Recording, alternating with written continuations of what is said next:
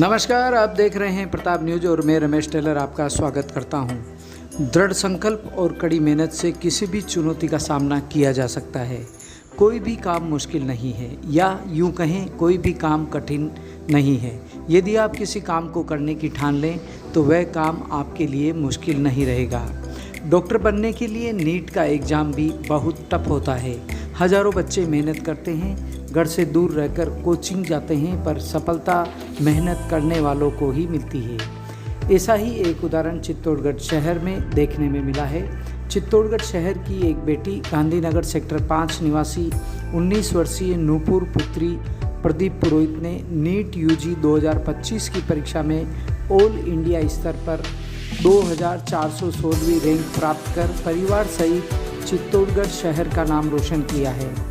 नूपुर के पिता एक खनिज व्यवसायी है और माता अनीता पुरोहित गृहिणी है। नूपुर का परिवार संयुक्त परिवार है।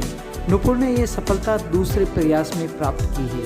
अपने पहले प्रयास में वह कुछ अंकों से रह गई थी, लेकिन उसने हिम्मत नहीं हारी और निराशा का भाव अपने ऊपर हावी होने नहीं दिया।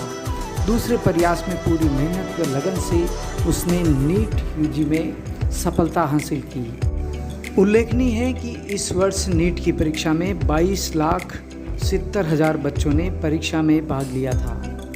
और नूपुर की बात की जाए तो वह बचपन से ही पढ़ने में काफ़ी मेधावी है। और जब हमने उससे बात की तो उसने बताया है कि किस तरह से 5 टिप्स के जरिए जो भी प्रतियोगी परीक्षा में बच्चे भाग लेते हैं उन्हें कुछ सावधानियां बरतनी होगी, कुछ इच्छाओं पर अंकुश रखना होगा और मोबाइल से दूर रहने के बाद वह सफलता को हासिल कर सकते हैं।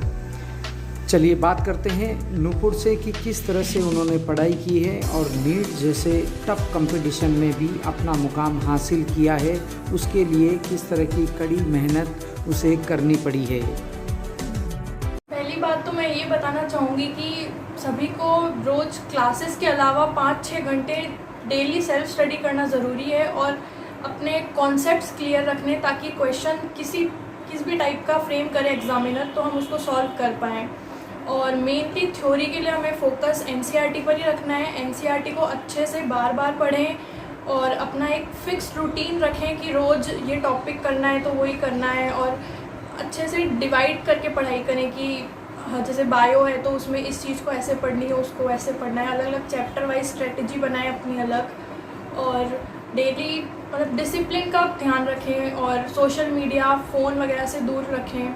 घर वाले मतलब हमारी फैमिली मेम्बर्स से भी जितना ज़रूरी हो सके उतनी ही बात करें, ज़्यादा टाइम उसमें भी वेस्ट ना करें, और अपने इमोशंस को थोड़ा कंट्रोल में रखते हुए पढ़ाई पर ज़्यादा ध्यान दें। क्लास में जब टीचर्स पढ़ा रहे हैं तब उस पर ज़्यादा ध्यान दें, तो उससे अपने कॉन्सेप्ट्स अच्छे बनेंगे। और बाकी फिर एनसीईआरटी को अच्छे से पढ़ें डीपली। उसमें एक लाइन लिखी हुई तो उसका क्या मतलब है, उसके पीछे वो कैसा क्वेश्चन बना सकते हैं, उन पे सोचें कि उससे हम एक तरीके से टीचर बन के सोचना है कि एनसीईआरटी में से वो क्या क्वेश्चन बना सकते हैं।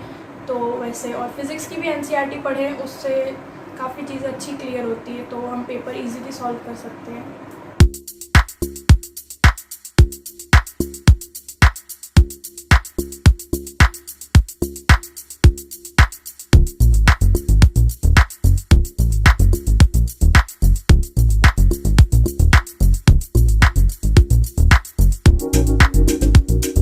नूपुर का ये दूसरे प्रयास में इसने सफलता पाई है। पहले प्रयास में कुछ अंकों से रह गई थी, इसका चयन नहीं हो पाया था, लेकिन इसने अपने ऊपर निराशा का भाव हावी नहीं होने दिया।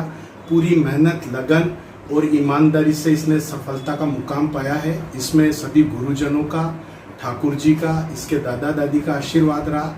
इसने अपनी मेहनत से मुकाम पाया है। मेरी ओर से इसको खूब सारी शुभकामनाएं, बधाई।